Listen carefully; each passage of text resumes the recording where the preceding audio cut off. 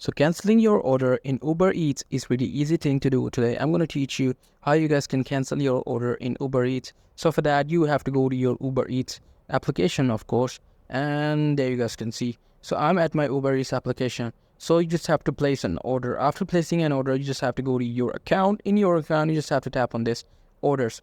What it will do is it will show your order that you have just placed, and there should be a button for cancel order as well on the right side. It should be written in the red text. You just have to tap on that button and it will ask for the confirmation, and it will will also tell you the amount of money that you will get back.